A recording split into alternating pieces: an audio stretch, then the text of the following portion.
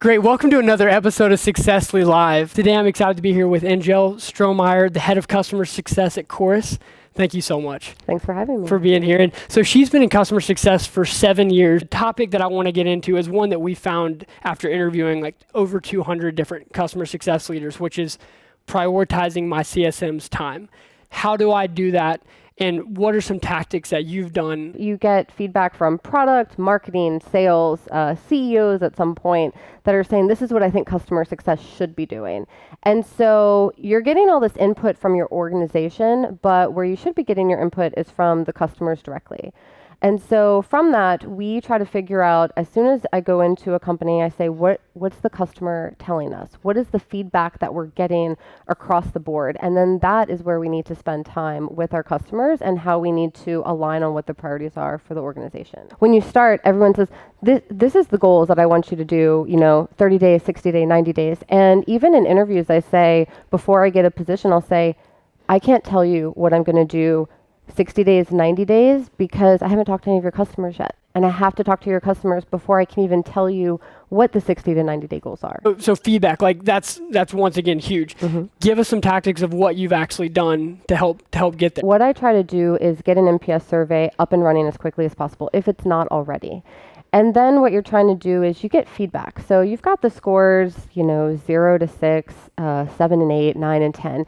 And these tell you, detractors, passive, and promoters. What I really try to hone in on are the 0 to 6, and in some cases 7 to 8, and then their comments.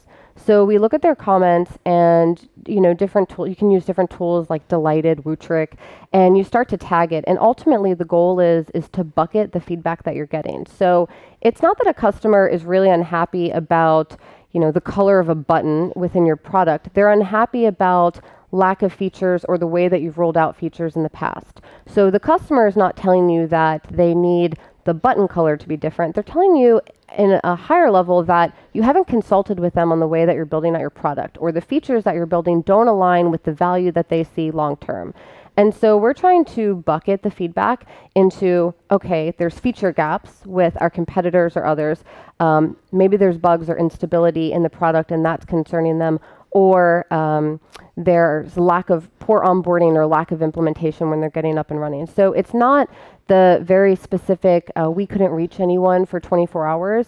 Bucket that into, we're having a really poor onboarding experience because we've only been a customer for 5 days. So it's figuring out what the buckets are and then going to your executive team and going to your other leaders and saying, consistently across the board, we're being told that we have a huge feature gap in what others are offering in the market that are competing with us. And we feel that we should spend our time here because that's what customers are telling us is their biggest pain point with us. Are you categorizing it based on the actual person who's giving you that response? You have to break down the score a little bit. One, are they a core fit for what you're selling today? Because maybe what you rolled out 6 months ago isn't what you're selling today, or it's a little bit different. And who is your best buyer has changed, or the best customer fits have changed along the way.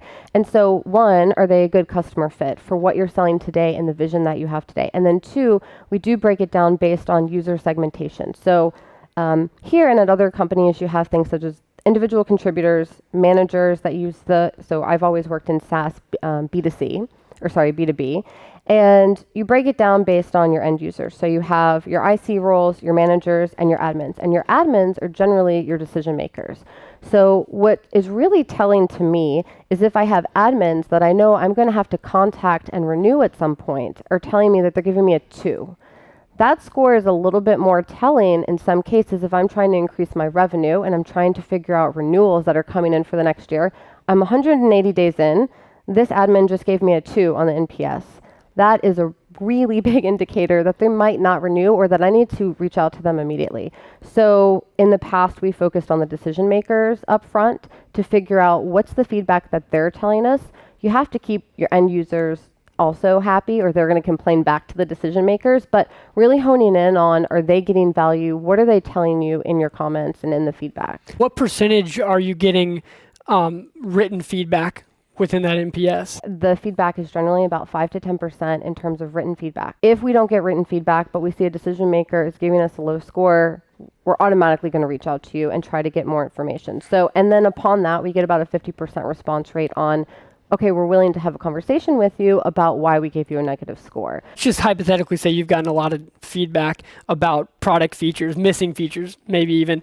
We all know small companies, you gotta bring the product up as fast as you can, but you can't build everything, and nor should you, because that might not be the best experience.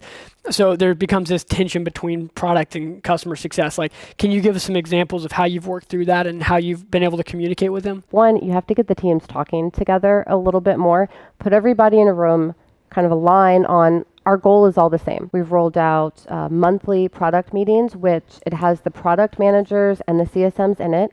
During those meetings, we specifically go over trends that the CSMs are seeing across the customer base. So it's just with the CSMs and just with the product managers. And we don't bring things to the table such as, I wish that there was an additional filter within the report. It's higher level trends that we're seeing that people are coming to us with.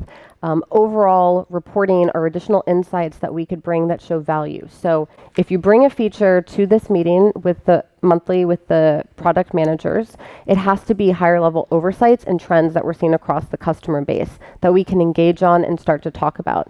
Likewise, the PMs would bring in features that they're looking to build out and start to get insights from the CSMs early on the design. Does this make sense? Do you think your customers would use this? Would people, you think, upsell if we were to build this feature and then charge for it? How are you backing up those macro trends that you're spotting out? Tools like AHA, it's a product roadmap tool. And what we would do is we added in additional tags and labels so that you could see specifically what the CSM team was bringing to the table every month and that we were continuing to discuss, and you could watch it move down the pipeline of it going from design to implementing it to rolling it out to communicating it to customers. So we'd start to see how many of these features that we were rolling out were directly coming from the CSM feedback and customer success overall. With that, as we started to increase the number of features that were coming directly from insights of customer success, the feedback in the NPS surveys about there's no value in this product or this feature that you built out started to decline. So then we were tracking in these buckets that we were looking at how often was product gaps or features that you built that have no value, how often was that decreasing quarter over quarter? And we had really good success with that. So after doing this for about 1 to 2 quarters, we weren't really getting feedback that the stuff we were building was of no value because customers, it was coming directly from their mouths. And then the CSMs were the customer advocates in these meetings about this is how we should design it. This is some feedback. These are trends we're seeing. I kind of cut you off there. So the next piece in terms of communicating with product. Check-ins. I hate to call them check-ins because a check-in is, hey, how's it going? Are you having a good week? Here, of course, we call them monthly success reviews. And the goal is that we're bringing something to the table that you find valuable. We're asking for your time. Your time is very valuable. So if we're going to ask for that, we need to show up to that meeting with something that you also find valuable. And so what we did is we'd meet with the product managers and we would discuss the things that were coming up in the roadmap because customers always want to know, you're an innovative tool. What are you innovating on? What are you building? And so we'd work with the product managers to include additional slides in these success reviews around what we were coming out with so that they could get a glimpse a little bit early about what we were going to be building and then provide feedback before the feature is fully built and all of a sudden it's too late and customers say, wait, that's not actually what I need. So we worked with the product managers to build in these additional slide decks that would go over the product roadmap, get feedback early on. That was kind of part 2. Part 3 was, I believe, I'm biased, but I believe that customer success is the center of every organization. And so as such, there should be a customer success representation in every meeting. So every time product had weekly roadmap reviews, there was a team lead or someone from the customer success team in those weekly roadmap reviews to provide feedback. And what really enabled them to be powerful in these meetings was our head of product said, okay, you have voting power and you have veto power. So if you feel that anything we're working on, we have it as a priority 1, but you've never heard this from a customer, you need to raise your hand in this meeting on a weekly basis and give us that feedback. Or if we are working on something that you've been hearing across the board consistently, then and we have it as a priority 3, raise your hand and say, hey, actually, these might need to be switched. The last thing that we did was we made product managers mandatory in all of our QBRs with tier 1 and 2 clients to start. So if we were going to have an on-site or remote QBR, a product manager had to be present in those to get direct feedback from the customers. Are you doing QBRs with all of your customers? Just tier 1, tier 2. At the time, we started with tier 1. Tier 1's, control a little bit more of your revenue generally for the company. So we started with tier 1s, and then we were starting to roll into tier 2s now. The other challenge that we see is just being able to communicate with engineering. Do you have any suggestions on how to be able to make that process more efficient? So when you get feedback on stability and bugs, so one thing we did at OneLogin was CS directly controlled a percentage of the sprint. So let's say it's 25% of the sprint. We get to determine, we learn how items are placed into the sprint based on level of effort with engineering team. And then the CSMs or the CS team got to determine what went into the sprint based on bugs and stability issues that we had opened, which is kind of interesting and trended in a really positive direction because otherwise we were working on issues that, oh, this is a bug. Engineers sometimes would pull the bugs that were a little bit easier to fix. And CS would say, no, we'd rather you not fix 3 simple bugs. We'd rather you fix this one really hurtful bug that's affecting a bigger portion of the customer base. Are you meeting with them once every single morning or once a week at the beginning of their sprint? You're part of the daily stand-up with engineering. And then in addition to that, you're joining on the sprint meetings as well. So you can't have everyone in support or customer success doing that, but you do nominate 1 to 2 people. You should always have a primary and then a backup. And then those people would go into all of those meetings as well to talk about these are the bugs that we're nominating to go into this sprint. You use tools such as GitLab or Jira, and you get to, label it, tag it, and they see it ahead of time, but then you go over it in the meetings as well. How do your priorities change on a quarterly basis? Like, when do you know that, hey, we've really got this one, now we've got to make a change over here based on that NPS frequency that we're doing? It's not that any one priority for the CS team drops off because you see incoming feedback. If you're working on a process and it's bringing up your NPS score. So in the past with meeting with the product managers and having that really tight-knit relationship with product, that was increasing on average our NPS score by about 20 points a quarter. And at some point you kind of hit the max of, you're only going to go so high. Hopefully, the sky's the limit, but you're only going to go so high. And you don't want to take away any of the processes that are working, because if you take those away, then those comments are going to start to filter back up again, and you're going to start to get those negative scores about product, CS, customer misalignment. When you start to shift a little bit or identify additional areas of scope, hopefully you're building out your team at this point, so you have additional headcount coming in to help you, and they're really focusing on different areas. So, in the past, I had my CSM team. I always say with a CSM team, they have their book of accounts that they always work on, but always give them an additional project that they can work on. Maybe not day one. Maybe you say this is a 90-day goal. I'm going to give you a project that you own from beginning to end. So great. Now I have a CSM that's owning the CS product relationship, and they're really helping drive those product roadmaps, those quarterly reviews, and what we're going to say to customers.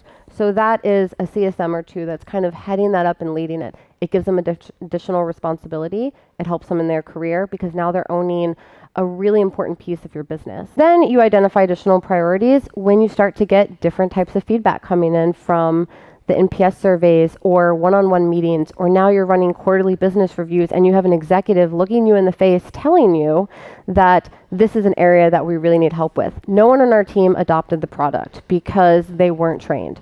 Great. Now you have a new initiative because you're starting to see this as a trend come in as feedback around improving your training. Maybe a training on, day 10 of buying your product is not good enough. So now you need to spin up weekly WebEx sessions where people can dial in and get refresher trainings. And you're going to identify CSMs that really like the training component and then they can run with it and own it. What is your frequency of NPS surveying? Right now we do it at 30 days. You should be fully onboarded at 30 days. Entire team trained, admin training, and user training should be done. And you've been using the product for about 2 weeks. So we have data now. So 30 days. 60 days, 90 days, and after the first quarter, we switched to quarterly. And that's worked out well? The 180-day marker is where we're really honing in, where we were talking about originally, on those decision makers. What is the decision maker telling me at 180 days? Because at 90 days before renewal, we might already be too late. You're probably already looking at a different competitor if you're not finding value with us, or you're considering cutting us from your budget. And y'all are month to month. Actually, we are mostly annual. Oh, really? Yeah. Okay, Yeah. got it. So you're still just like, you find that they're making their decision to stay or not? If you have annual contracts, if your customer has not found value within the first 6 months, there's a problem. And so that 180-day marker, I think it's good for almost any size company. If you haven't found value, and maybe you even add in an additional question after the scale of 1 to 10, are you finding value? Because the answer to that question, if there's hesitation or if it's not a strong yes, that is one of the most telling things that you're going to get in terms of feedback from a customer. And it tells you exactly what you have to do next. What's your tech stack like currently? I believe that everything could fit into an Excel spreadsheet or a Google Sheet. Now, that is not very tech savvy in today's age. So today we're really just using Salesforce, also using Intercom and Zendesk. I think the most important thing is not what tool you're using, but does your tool talk to all of the other tools within the organization? So if I have a CS support tool, if it's not talking to engineering's tool or sales's tool, we have no information to go off of. So I don't think it's as important what tool you're using as long as they all talk together. So you're staying with Salesforce. Are you hacking that together in terms of a bunch of objects and stuff like that? So we are. We're using a lot of open APIs between Intercom, Zendesk, Salesforce, and pulling and pushing data to basically figure out, what's going on under the hood. So you have these conversations and those direct questions of, are you finding value, are very insightful, but it's also, you need to prepare before you go into a conversation and say, not only is this valuable, but I see that your adoption has dropped by 50%. And that should be an easy number for you to pull in from your own app into all of these other tools as well. This has been incredible. Thank you so much. Thank you, Adam. Another great episode of Successfully Live.